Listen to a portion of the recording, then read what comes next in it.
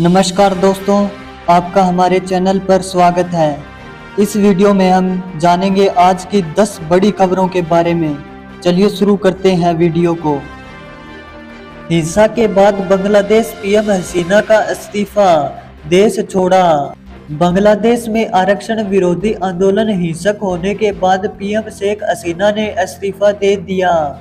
सेना प्रमुख जनरल वकार उज-जमान ने इसकी पुष्टि की।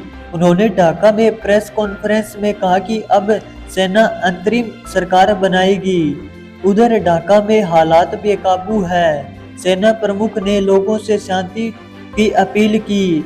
उन्होंने कहा कि हम हालात काबू में ले आएंगे, भरोसा रखें। सिरसा में पानी की टैंकी पर चढ़े एनएचएम कर्मचारी। हरियाणा के सिरसा में मांगे पूरी न होने से खफा नेशनल हेल्थ मिशन एनएचएम के 4 कर्मचारी आज सुबह लघु सचिवालय स्थित 150 फीट ऊंची पानी की टंकी पर चढ़ गए। जैसे ही दूसरे कर्मचारियों को इस बारे में पता चला तो वे भी जलकर पहुंचे और धरना शुरू कर दिया। कर्मचारियों के पानी की टंकी पर चढ़ने की सूचना के बाद पुलिस की टीम मौके पर पहुंची। मौके पर फायर ब्रिगेड और एम्बुलेंस को भी बुलाया गया। अंबाला में अनिल विज का पूर्व सीएम पर हमला। हरियाणा के पूर्व गृह मंत्री अनिल विज ने कहा कि पूरे देश में हरियाणा पहला राज्य बन गया जहां पर अब सभी फसलों को एमएसपी पर खरीदा जाएगा। उन्होंने कहा कि यह बहुत ही बड़ी बात है क्योंकि वर्तमान सरकार किसान हितैषी है और राज्य सरकार ने साबित कर दिया कि सरकार किसानों के लिए काम कर रही है। फरीदाबाद में सीएम के एमएसपी ऐलान पर भड़की कुमारी शैलजा। फरीदाबाद जिले में मुख्यमंत्री नयाब सिंह सैनी द्वारा 24 फसलों पर एमएसपी देने के ऐलान पर महासचिव और सिरसा से सांसद कुमारी शैलजा ने कहा कि आज बीजेपी को किसान याद आ रहे हैं। लोकसभा चुनाव नतीजे और आने वाले विधानसभा चुनाव को देखकर किसानों को लॉलीपॉप दिया जा रहा है।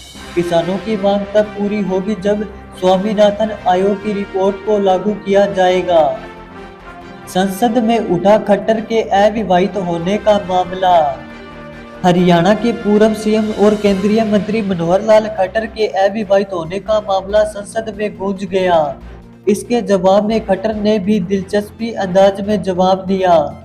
हुआ यूं कि राज्यसभा की कार्रवाई चल रही थी। इस दौरान चेयरमैन उपराष्ट्रपति जगदीश धनखड़ ने जया बच्चन को जया अमिताभ बच्चन कहकर पुकारा।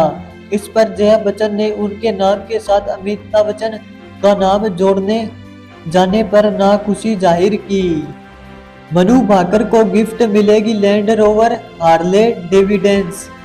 पेरिस ओलंपिक में 2 ब्रोंज मेडल जीतने वाली मनु भाकर के स्वागत की हरियाणा में भव्य तैयारी की जा रही है। फरीदाबाद में सोसाइटी के अलावा मनु की मां सुमेधा और पिता रामकिशन अपनी बेटी की सफलता पर बड़ा उपहार देने की तैयारी में हैं। मनु को बड़ी गाड़ियों और बोर्ड का बड़ा शौक है। ऐसे में मां सुमेधा बेटी के वापस आने पर उनकी मनपसंद कार लैंड रोवर डिफेंडर व हार्ले डेविडेंस बाइक गिफ्ट में देने की तैयारी कर रही है। सिरसा में सरकार के खिलाफ गरजे ग्रामीण सफाई कर्मचारी। हरियाणा के सिरसा जिले में ग्रामीण सफाई कर्मचारी ने आज लघु सचिवालय में प्रदेश की बीजेपी सरकार के खिलाफ प्रदर्शन कर धरना दिया। यूनियन के प्रधान सोहन लाल का कहना है कि सफाई कर्मी मांगों को लेकर लगातार आंदोलन कर रहे हैं, लेकिन सरकार की मंशा ग्रामीण सफाई कर्मचारियों के प्रति ठीक नहीं है। उन्हें पक्का करने के सवाल पर तो बात तक नहीं की जा रही है। फरीदाबाद पहुंचे कांग्रेस सांसद दीपेंद्र हुड्डा।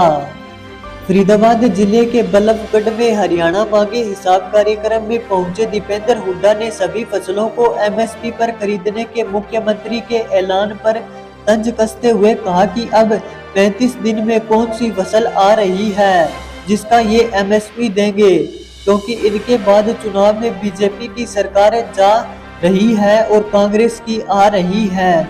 दीपेंद्र हुड्डा ने कहा कि कांग्रेस सरकार आने पर बीजेपी की 10 साल की सरकार में हुए करीब 30 घोटालों की जांच करवाई जाएगी।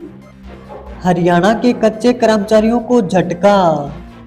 हरियाणा में कच्चे कर्मचारियों को सरकार ने बड़ा झटका दिया है। कर्मचारियों को पक्का करने को लेकर कैबिनेट मीटिंग में कोई फैसला नहीं हो पाया। सीएम नियाब सिंह सैनी इस मीटिंग में किसी फैसले पर नहीं पहुंच पाए। मीटिंग के बाद सीएम नियाब सिंह सैनी ने कहा कि कच्चे कर्मचारियों को लेकर सरकार ने अधिकारियों को कहा है कि वह पॉलिसी बनाए। अभी सरकार काम कर रही है, जल्द ही इस पर निर्णय लिया जाएगा। हरियाणा में यूजी में दाखिले के लिए फिर खुला पोर्टल। हरियाणा के विभिन्न कॉलेजों में अंडर ग्रेजुएशन कोर्स में खाली पड़ी सीटों को भरने के लिए हायर एजुकेशन विभाग द्वारा से पोर्टल खोल दिया है। 14 अगस्त तक अब ओपन फिजिकल काउंसलिंग के जरिए सीटें भरी जाएगी।